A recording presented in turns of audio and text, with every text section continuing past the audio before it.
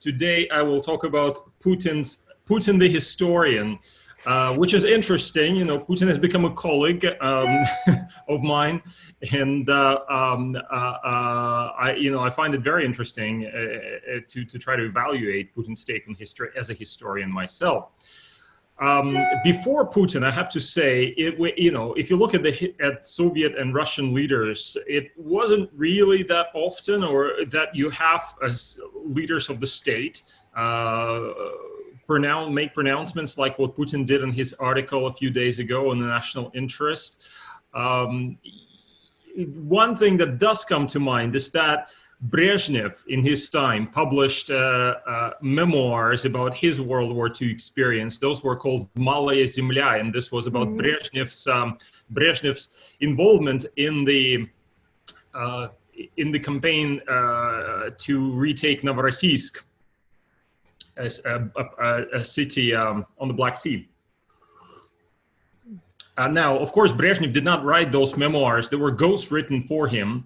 And at that time, a lot of people ridiculed poor Leonid Ilyich Brezhnev for publishing these memoirs, where it seemed like, where he made it sound like he was winning the Second World War almost single-handedly. And that was, such an important theater, although it really wasn't a particularly important theater.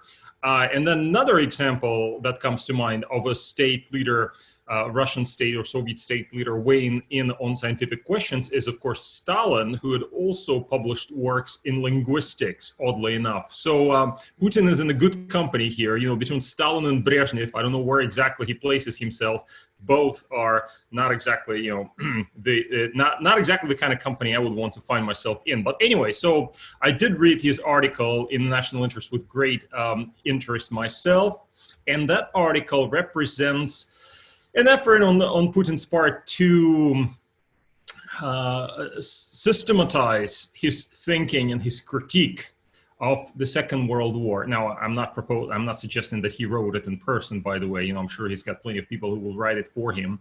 Although you can see from the article that there is some kind of personal angle, personal input there. He talks about his father's experience in the Second World War, etc. But Putin has made pronouncements on the war repeatedly in the last few months. He at one stage brought out a whole stack of documents to a meeting of, I can't remember who it was. I think it might have been CIS leaders or something like that. He brought out a stack of documents and said, oh, look, there's all this historical evidence here. And this tells us that our take on history is correct. So in my brief remarks, I will just run through some of those claims that he made, and it will give you my evaluation of them. Now, I cannot go into great depth about this because, as you imagine, some of those things are very technical, and there's some debates that historians have been having about particular claims and particular documents that are very technical, and it's probably, they're probably not worth getting into in great detail. I would just guide you to an article I wrote in Foreign Policy at one stage. I think it was in December or January last year, or January this year, evaluating some of those claims. But I will just highlight in general terms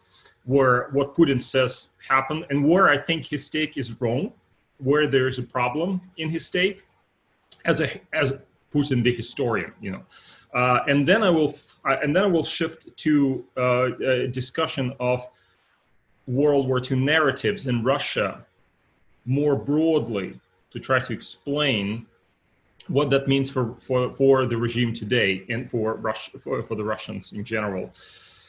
Right, so with this, without further ado, let me get to some of the claims that Putin makes, and not just in his article, although in his article too. If you haven't read it, do read it. 9,000 words, they say. Not the best read, but okay, okay. It's okay if you're into this kind of stuff. Right, so one thing that he talks about is that Molotov-Ribbentrop Pact, which he does refer to, was just the last in a series of such pacts that other European countries concluded with Nazi Germany. So he says, what's the big deal about Molotov-Ribbentrop Pact? What's the big deal? Everybody did that. And in particular, he points to Munich as another important development in the lead up to the Second World War. In fact, not just points to it, but he basically says, look, in order to understand the Second World War, we have to look at Munich, because this was the absolute turning point. This was really the trigger of the Second World War. And just to give you a bit of a background, well, I'm sure you actually know about this, Putin is extremely energized by the European Parliament resolution that was passed in September 2019, which deals with the question of war responsibility. If you read this resolution carefully, it is very clear from the resolution, which, by the way, as a professional historian, I don't agree with. It's very clear from the resolution that European Parliament blames the Soviet Union and Nazi Germany as two responsible parties for the outbreak of the Second World War. So Putin says, well, no, that's not the case. Look, Munich was where it really happened.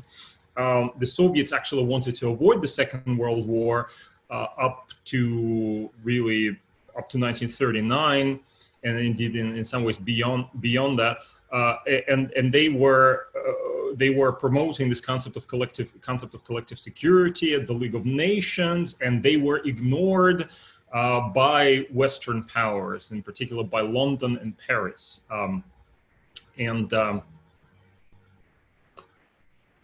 It basically says, well, in this case, you can say that Daladier and Chamberlain were responsible for the Second World War because they appeased Hitler, and so they should be held responsible. Now, Putin's problem is that he is basically saying, well, the Western powers were so cynical, they were pushing Germany towards the Soviet Union, but what he's not willing to admit is that the Soviet leaders, Stalin in particular, was extremely cynical as well. And Stalin would desire nothing more than to push Germany towards the West. Now, you could call it what you want. This is cynical realism, and you can see it present both in the calculations of the British and the French in the run-up to the Second World War. You also can see it in the calculations of Stalin, even more so. Look, if we say that Daladier and Chamberlain were cynical, should we not say that Stalin was also cynical, and that he just would desire nothing more than a conflagration in Europe that would engulf all the capitalist world and the Nazis, and they would just devour each other, and the Soviet Union would come out on top? Of course, he wanted to have that. This was a great outcome from Stalin's perspective.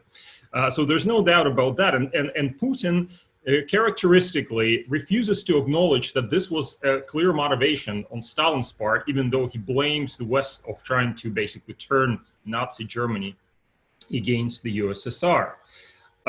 Notions like honor, I would say, were not familiar to Stalin. He was a brutal, cynical realist.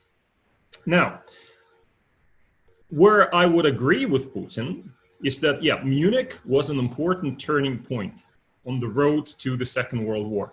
There is nothing revolutionary in this proclamation that Putin makes. And if you read his article with all his assertions about Munich, what's so surprising about this? Look, ever since Munich, everybody knew that Munich was an absolute disaster. And even today, the word appeasement is a swear word, right? We know that since Munich, you don't appease somebody because that could lead to aggression. So the fact that Putin highlights the role of Munich in the outbreak of the Second World War is a totally mainstream. Nothing surprising about that, from regular, historian's point of view. Where I think he fails is that he basically then compares Munich to Molotov-Ribbentrop Pact, and there are significant differences between them. Of course, both Munich and Molotov-Ribbentrop Pact were milestones on the road to the outbreak of the Second World War. Nevertheless, there was something particularly cynical about the Molotov-Ribbentrop Pact, which was not an element of the Munich Agreement, and that is that it entailed Soviet participation in the division of a country, Poland, and also in the division of sphere of influence in Eastern Europe, which ultimately led to Soviet annexation of the Baltic states. Putin tries to whitewash this period, and both in his previous pronouncements and also in his article, he sort of tries to navigate himself around this and says, well, yeah, there was some kind of a secret protocol, but really the Soviets did not intend to annex Poland or eastern part of Poland, and only just did that because, the Nazis already invaded and, they had nothing else to do, so et cetera, the Polish government ran away. So this is the kind of narrative that he's trying to promote. And, this narrative is not particularly convincing from a historian's perspective. At the same time, when we come to this notion of responsibility for the outbreak of the Second World War, there are, I think, two ways of looking at this question. At one level, you can say, well, lots of actors contributed in their very different ways to the outbreak of the Second World War. If you look at the Second World War as a global phenomenon, for example, you could say that, you can start blaming Japan, for example, for the outbreak of the Second World War. After all, if you ask the Chinese when the Second World War started, they will point to 7th of July, 1937, which was the Marco Polo Bridge incident, which led obviously to the Japanese invasion of China. But even before that, you already had creeping invasion by creation of Manchukuo, etc. So the Japanese clearly contributed to what was happening and to this ultimate outcome. The Italians were they not responsible as well under Mussolini for sort of policies that ultimately led to the outbreak of the Second World War? There's no denial that there were more responsible actors than just than what the European Parliament resolution wrongly claims, that it's just the Soviets and the Nazis. It's just wrong, historically. So that's why I say, everybody is engaged in this kind of game here, revising history. Look, revisionism is not a problem in its own. That's what historians do. They'll look at the evidence. They'll say, okay, this is not right. Let's revise some of our conclusions about this or that in light of new evidence. But I would just say, with regard to this attribution of blame for the outbreak of the Second World War, obviously lots of actors contributed in different ways. So we can either say that lots of actors contributed, but also, of course, the Soviets bear special responsibility because their agreement with the Nazis was an immediate trigger, or we can just say, which I think is also historical mainstream, that the Nazis were responsible for the Second World War, that it was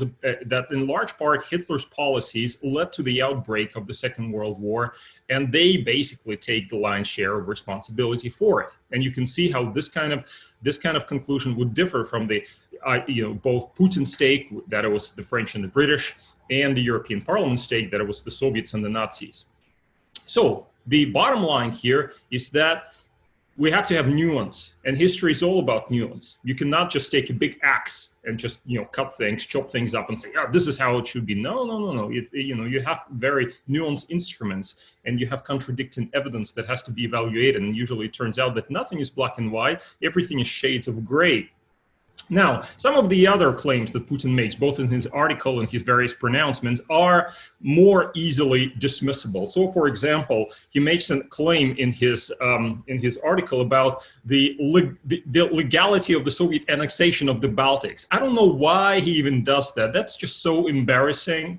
So embarrassing. I don't know why he needs to open this can of worms. It's just ridiculous, frankly, because his argument that it was legal in the context of its times just doesn't, it's just, it is beyond criticism, frankly. It's so ridiculous. So that I will just put aside. I will not critique that for obvious reasons. Also, the same can be said about his repeated assertions, though perhaps less maybe in this article, but in his previous assertions that Poland is responsible for the outbreak of the Second World War. I mean, that's even, in some ways stranger. I mean, some of the things he says in this connection, for example, that there was anti-Semitism in Poland. I would agree with, of course, there was anti-Semitism in Poland. In wartime Poland, before war, was there not anti-Semitism in Poland? There was anti-Semitism in Poland even after the Second World War. That continued actually for years and years. I mean, Gomulka, he was notably very anti-Semitic in his orientation. But look, there was anti-Semitism also in the Soviet Union, and Stalin was also anti-Semitic and unleashed a whole anti-Semitic campaign. So I think Putin is on a very shaky ground when he blames Poland for anti-Semitism while pretending like the Soviets were not anti-Semitic. Right. So that's where that's. And then there's other question about Poland playing games. He says, well, the Polish, they're victims of their own strategy because they were trying to maneuver between the Nazis and the Soviets, and they were playing with fire and got burned. Well, if you were Polish in the 1930s, you would also try to maneuver between the Nazis and the communists. What else do you have? You have those two very nasty neighbors, and you're in a very difficult situation. So I think if you look at Polish foreign policy, it was certainly not blameless. There are some interesting questions about it in the run-up to the Second World War. But I think Putin's take that, well, that makes Poland responsible for its own division, and the fact that it was swallowed up by its neighbors is just preposterous, frankly. So, broader issue. Putin's take on the Second World War omits crucial details. And this is, I think, where you have a disconnection of narratives and people are talking past each other. The Kremlin, with its narrative, ignores important events. And sometimes you have a kind of a counter narrative in the West that ignores also important events. As we know, for example, from the fact that Putin was not invited to certain commemoration events, the Russians were offended by that. They like to emphasize that they contributed massively to Nazis' defeat, and you cannot argue against this. Obviously, they contributed massively to Nazis' defeat, but also Putin ignores important parts of history that provide crucial context. So in his many pronouncements, for example, about the Second World War, he does not talk about Katyn. Katyn is a crucial detail that is, you look at this article, 9,000 words article, not one of them is about Katyn. How can you talk about the Second World War and the legacy of the Second World War, not mention something like that? Because it's crucial, it's central, yeah? And the other thing that, again, Polish historians like to emphasize is this notion that the end of the Second World War did not bring liberation to Eastern Europe. And that's something, again, that Putin does not emphasize, does not talk about. You can listen to his speech at yesterday's parade. Again, he said, oh, the Soviets, Russia effectively saved the world from Nazism, liberated the world. What would the world have turned to if it weren't for us? If it weren't for those people liberating Europe? And yet, he then does not acknowledge the fact that the Soviets then were in control of Eastern Europe and brutally dominated much of Eastern Europe for years and decades in many instances. So that undermines his narrative. And those omissions are invalidate his whole historical take. So if Putin's article came to me and that was a peer reviewer, I would say, sorry, revise and resubmit or reject, frankly, outright. This is not going to fly. So that is my broader take on some of his historical claims. We can talk in more detail about some other specific claims if we have time.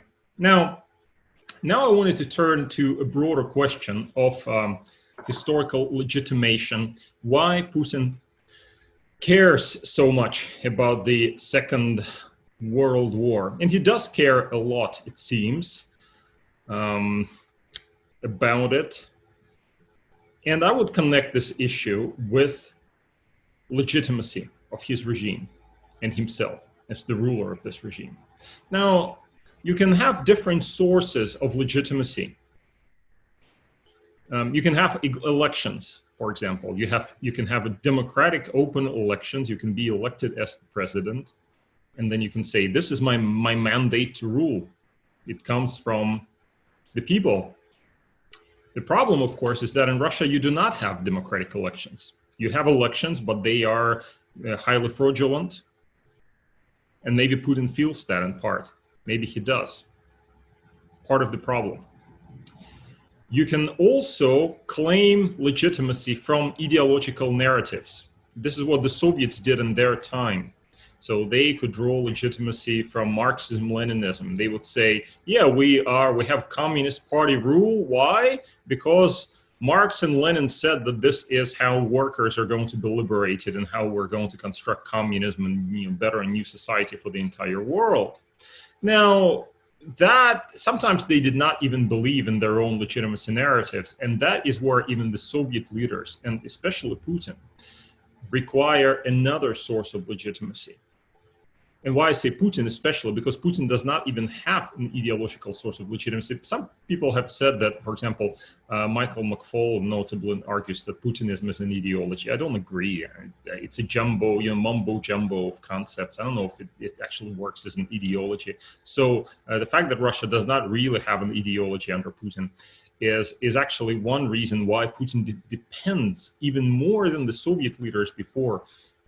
He depends on external recognition of Russia's position in the world and his own greatness and his own position at the top of the hierarchy, as it were.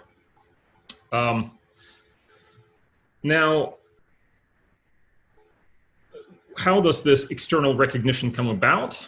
You have to be recognized by other great powers. It won't make sense for Russia to be recognized by smaller powers. And you have to be recognized basically by America. Now, America, some Western European powers, they have to, China, of course, to recognize Russia for an important player. And this has not been coming so much. Yeah, in recent years, we had, for example, under Obama, we had a moment where people would talk dismissively about Russia, that it's just a regional power, it doesn't really matter anymore, etc. And this hurt Putin. So in a way, being denied this external recognition of greatness that he seeks so much for his own legitimacy, he is now putting a lot of effort into creating legitimizing narratives on the basis of the Second World War, because this was the moment, he says, when the Soviet Union truly was great. It was liberating the world. It was probably the most important power in the world. And he draws legitimacy from that moment of legitimation in 1945. Now, there's an additional element here to 1945 and to the Second World War that is extremely important to Putin. And you can see that by reading through to the end of his article, where he suddenly comes up with this discussion of great power relations and how it is important to have a summit of great powers, etc. 1945 was, in retrospect, an interesting moment in Russia's history.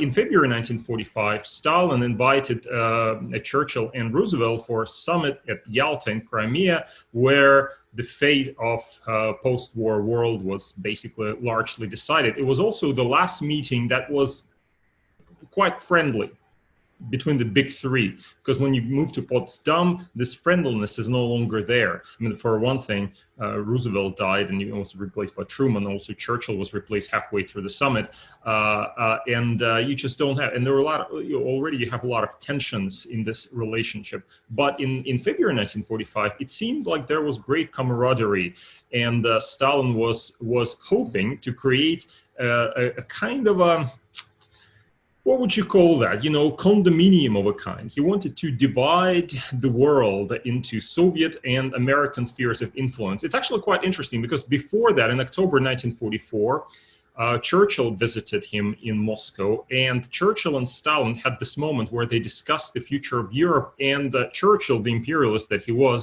wrote down different percentages of influence that he intended for the British and the Soviets to have in post-war Europe. Handed that, it's just the question was about Southeast Europe in particular, so countries like Yugoslavia, Hungary, Romania, Greece, etc. So he handed that piece of paper to Stalin. Stalin made a big fat tick on it, handed it back to Churchill, and that was a kind of a moment where Stalin was, dividing spheres of influence in Europe with Churchill on the assumption that maybe the Americans would not actually stay in Europe after the Second World War. Maybe by the time of Yalta, he was changing his perception on this, and he was really looking forward to now American recognition of his gains. Interesting thing about Stalin. Stalin sometimes is perceived as this absolutely wild expansionist who wanted to dominate the world and just grab everything that he could grab. That is not actually the case. If you look at his foreign policy, and if you look at what he was doing in post-war, in early years of post-war Europe, you'll see that his approach to different European countries was actually quite different. So the extent of Soviet control was different in Finland, for example, or Austria, from, let's say, Poland or Czechoslovakia or Romania or Bulgaria. Stalin was very flexible in his approach to Europe. The same thing, by the way, was also true in Asia. So in Asia, you had a variety of approaches. You could have, like in Tuva, you have an outright annexation of Tuva. In Mongolia, you have a Soviet regime, but no outright Soviet annexation. With regard to, let's say, Xinjiang, he was actually not exporting Soviet-style regime into Xinjiang, but he was promoting kind of a local ruler And he was promoting Soviet interests there without actually Sovietizing the region. So Stalin had very different policies in Europe and in Asia, and sometimes he was actually willing to pull back from certain areas in return for American recognition of the gains that were really truly important to him. I'll give you a few examples of that, of the so-called Yalta framework, that especially I like. So one moment came in August of 1945, and that was already after the Potsdam Conference. Stalin initially wanted to invade Japan, the main islands of Japan, the northern island of Hokkaido. He wanted to invade the island of Hokkaido. And then when Truman voiced disagreement with this, said, no, you cannot do that, Stalin backed off. And you could say, well, why did he back off? You could say, well, you can maybe argue that perhaps it was because Truman had an atomic bomb. I don't believe that this is the case. I think the reason that Stalin backed off in Hokkaido was that he still wanted to preserve a relationship of a partnership of a kind with the United States. He wanted to preserve the Yalta framework, and he wanted that framework was important because the Americans recognized some other gains that he already had. The same thing, by the way, happened in China as well, where Stalin originally sponsored a separatist insurgency in Xinjiang. He later basically destroyed that very insurgency that he was sponsoring. By 1945, the insurgents were winning on the ground in Xinjiang. He could have just continued supporting them. No, he withdrew. He withdrew, and he actually started to back the central Chinese government. Why? Again, because of the Yalta framework. He was willing to back off in some instances in order to have American recognition of the gains that he already had in Europe and in Asia. So this is Stalin for you, very opportunistic as well. Right, and by the way, interesting point here. Today is the anniversary. I don't know if does anybody know what the anniversary is of today? Today we have a very important Cold War anniversary. Anybody knows?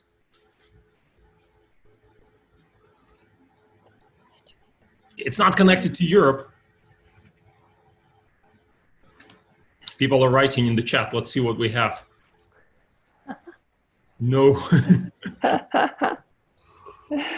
It's the Korean War. Today is an anniversary of the Korean War, which broke out on June 25th, 1950.